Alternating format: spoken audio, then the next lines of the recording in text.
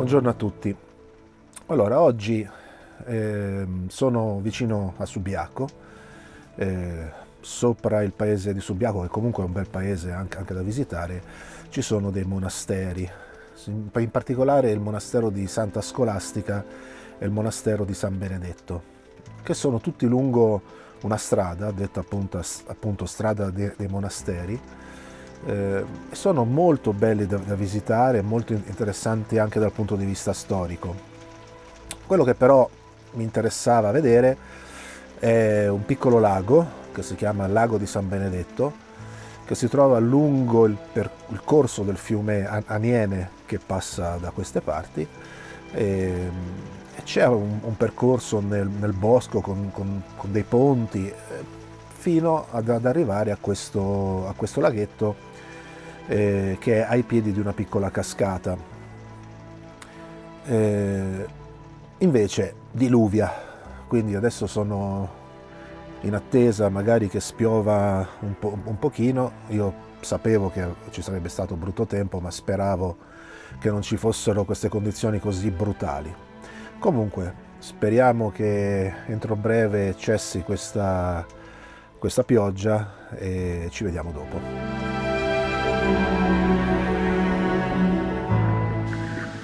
Eccoci qua, alla fine nevica, comunque dovrebbe passare presto. Vediamo un pochettino cosa ci riserva questa giornata.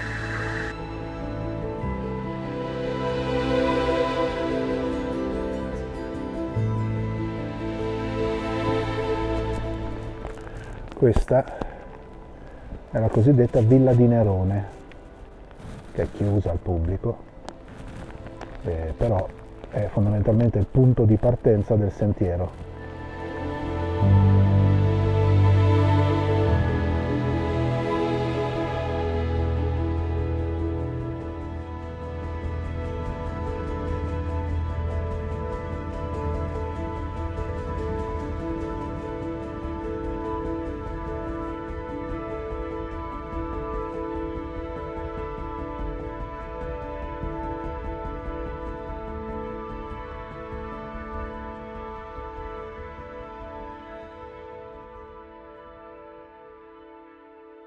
Allora, questa scena qua è una piccola cascata di un'ansa del fiume, molto molto bella, con dei colori bellissimi e anche con delle trasparenze importanti. Ora, la scena che vedrete è una scena molto semplice. C'è la cascata, molto piccola, e poi c'è questa roccia in primo piano. È per questo che ho posizionato la fotocamera così in basso, per poter avere un primo piano, un interesse in primo piano, un piano intermedio con le rocce che si vedono in trasparenza sotto l'acqua e la cascata come piano più lontano. Adesso farò una foto senza polarizzatore perché ancora piove un pochettino e quindi sicuramente si bagnerebbe e queste, diciamo, gocce verrebbero nell'immagine. Dopodiché provo con il polarizzatore, tentando di coprirlo e vedere un pochettino se riusciamo ad evidenziare le rocce che sono sotto l'acqua, perché come abbiamo già detto in un precedente video, il polarizzatore, eliminando il riflesso dell'acqua, consente di far risaltare ciò che è sotto l'acqua.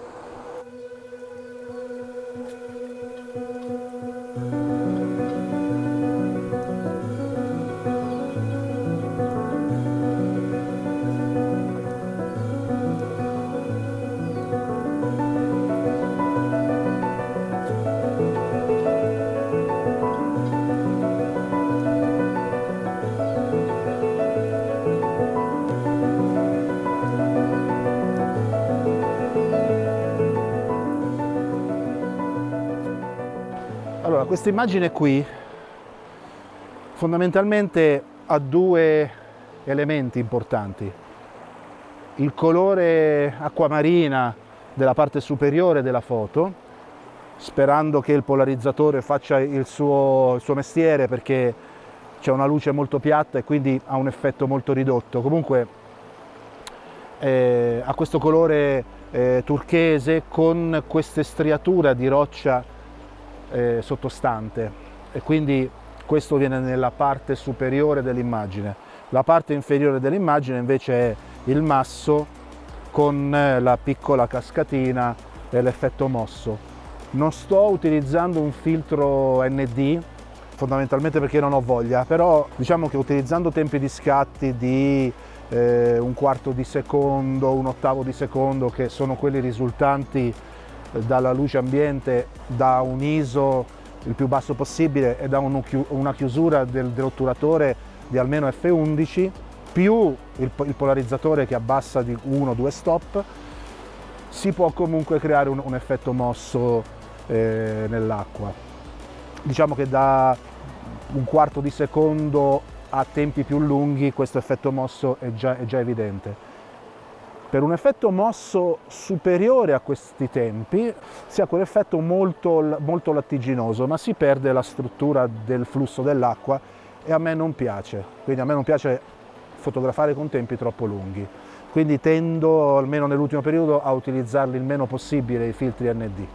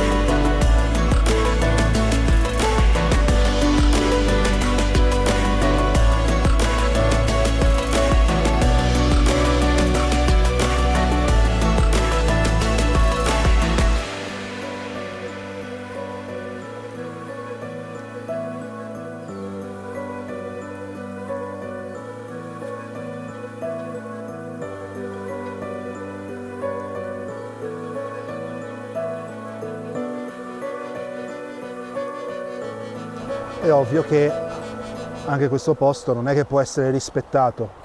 Se ti mettono il cestino è un qualcosa in più, però come ti sei portato la birra, l'acqua, i panini, i vuoti te li puoi anche riportare a casa, ma questo è un concetto, diciamo, abbastanza alieno.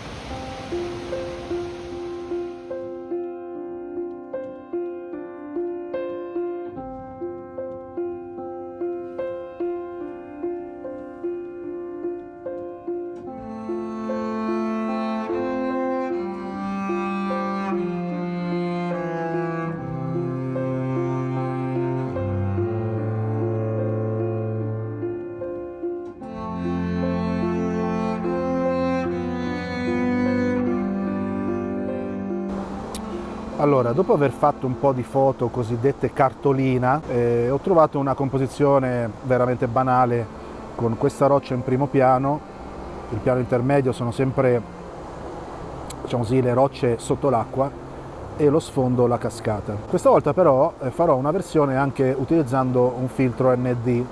Sperimenterò sia con 6 stop che con 10 stop, diciamo che ho anche un 16 stop che mi sembra esagerato in questo contesto. Questo perché?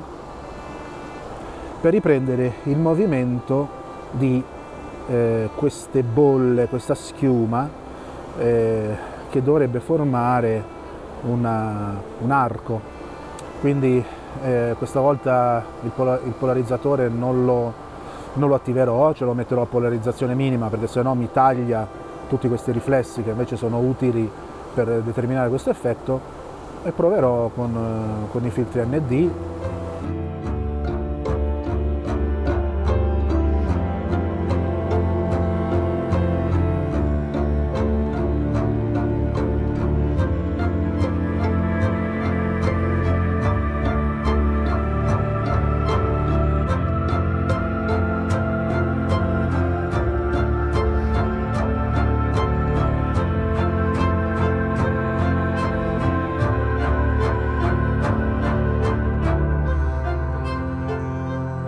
Allora, questa scena qui è particolare perché utilizzando un grandangolo, infatti ho cambiato obiettivo, ho messo il 10-24, si può riprendere questa roccia con questo splendido muschio e felci in primo piano, il fiume nel piano intermedio con queste interessanti cascatine e il laghetto in fondo che presenta anche un colore differente.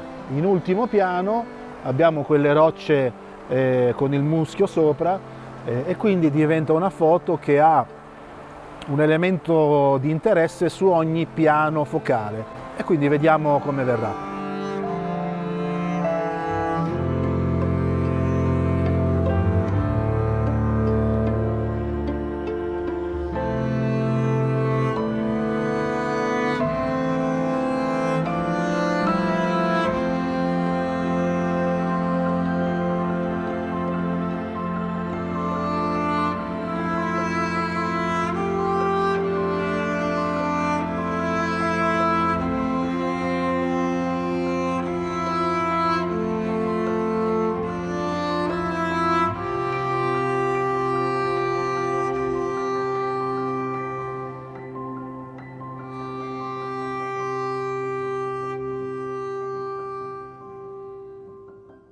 Allora, piccola considerazione storico-culturale.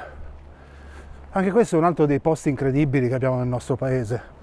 Voi trovatevi un altro paese al mondo, oltre all'Italia, in cui nel giro di 2 chilometri c'è una villa romana, meraviglie naturali di questo genere, perché noi abbiamo visto il laghetto, le cascate, ma più avanti su questa strada c'è una falesia particolare, eccetera, eccetera. Monasteri benedettini, cappelle, chiese, c'è un museo anche. Tra l'altro questo è anche un posto molto ben tenuto. E lo stesso sentiero, c'è un primo pezzo che è di ghiaia, poi c'è un ponticello che non sempre c'è, corrimano, parapetti, cestini, anche se la gente non capisce che il cestino, se c'è bene, se non c'è oppure è pieno, il tuo rifiuto te lo devi portare a casa, ma vabbè.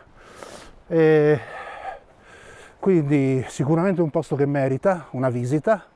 Tra l'altro anche l'escursione fatta è veramente brevissima, sarà non so, neanche 1 chilometro dalla strada, dal parcheggio. E va bene, oggi c'era brutto tempo, però col bel tempo è percorribile da chiunque. E ci sono le panchine dove uno si può riposare, dove uno può mangiare. Insomma, un bellissimo posto.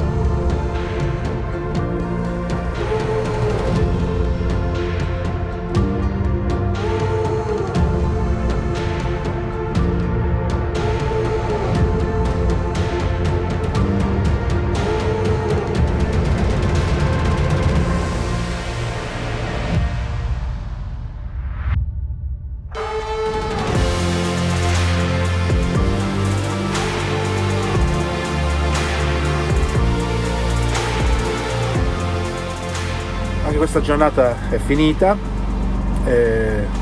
dopo una bella doccia, bagno, un dolcettino, una bibita fredda, devo dire che su queste cose qui il camper è imbattibile. Il posto, come ho detto durante il tragitto, è un posto meraviglioso, come moltissimi posti in questo paese, anzi migliaia di posti in questo paese. Peraltro ho anche scoperto che sul tragitto, quindi un poco più avanti sulla strada, c'è una grotta e una mola, quindi potrebbe anche essere oggetto di una ulteriore visita. Sono stato molto soddisfatto dalla giornata di oggi, le foto le vedremo, però spero di aver dato degli spunti sia dal punto di vista tecnico che dal punto di vista del luogo a qualcuno di voi. Se vi è piaciuto quello che avete visto, potete iscrivervi a questo canale, potete mettervi un mi piace a questo video, se no non c'è problema.